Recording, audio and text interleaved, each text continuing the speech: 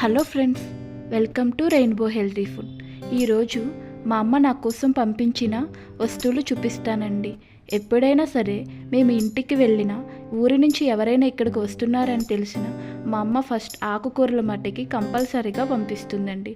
ఎందుకంటే ఇక్కడ ఆకుకూరలకి అక్కడ ఆకుకూరలకి చాలా డిఫరెన్స్ ఉంటుంది. అవి ఆర్గానిక్గా వండించినవి కదండి.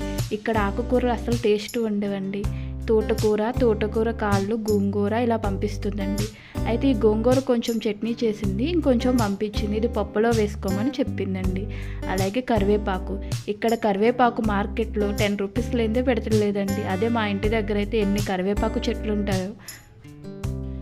రాగులు కూడా పంపించిందండి. ఇవి బాబుకి రాగి జావ కాయమని పంపించిందండి. అలాగే తాటికాయల సీజన్ కదండి, ఇప్పుడు తాటిగారులు వేసి పంపించిందండి. అలాగే నాటుకోడిగుడ్లు కూడా ఎప్పుడు మేము ఇంటికి వెళ్ళినా ఎవరన్నా వస్తున్నా కంపల్సరీగా ఇవి పంపిస్తుందండి బాబు కోసం. నెయ్యి అండి, ఇది ఇంట్లో చేసిన నెయ్యేనండి. మేము లాస్ట్ టైం ఒకసారి కొనుక్కున్నామని చెప్పామని ఎప్పుడు ఇంట్లోనే చేసి పంపిస్తుందండి.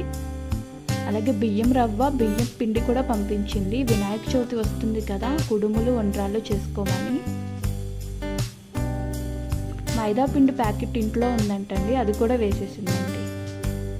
కారపూస అండి, లాస్ట్ టైం పంపించిన స్నాక్స్ అలాగే ఉన్నాయి అమ్మ, ఏం పంపించొద్దన్నా సరే ఏదో ఒకటి పంపిస్తూనే ఉంటుందండి. ఇవి మినపప్పు వడియాలండి,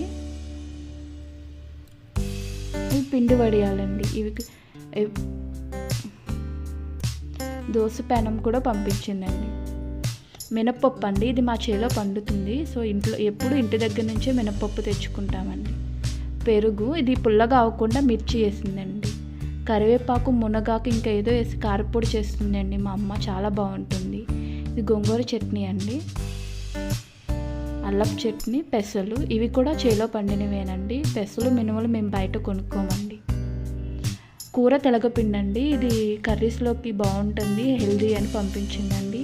కొబ్బరికాయలండి, ఇవి మా చేలో ఉన్నవండి కొబ్బరి చెట్లు, వాటి నుంచి తీసుకొచ్చారు మా నాన్న, తీసి పంపించారు పూజలకి అలా వాడుకోమని. క్యూట్గా ఉందని ఈ గిన్నె పంపించిందండి. అలాగే కుకింగ్ ఛానల్ పెట్టాను కదా, చిన్న చిన్న గిన్నెల సెట్ కావాలమ్మా అని అడిగితే సెట్గా కొని పంపించిందండి.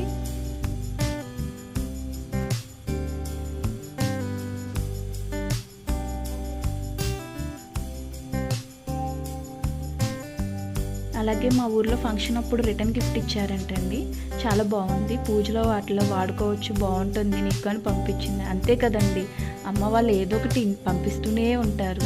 ఇది కూడా రిటర్న్ గిఫ్టేనంటండి, మా బాబు ఆడుకుంటాడని పంపించిందండి. కానీ నేను దీన్ని టెంపుల్కి తీసుకెళ్దాం అనుకుంటున్నానండి. ఇలా కొబ్బరికాయ, పూజకి కావాల్సినవన్నీ పెట్టుకొని తీసుకెళ్తే బాగుంటుంది కదండి. అలాగే థ్రెడ్ బ్యాంగిల్స్ చేసేదాన్ని నేను ఇదివరకు, ఆ థ్రెడ్స్ కూడా పంపించిందండి.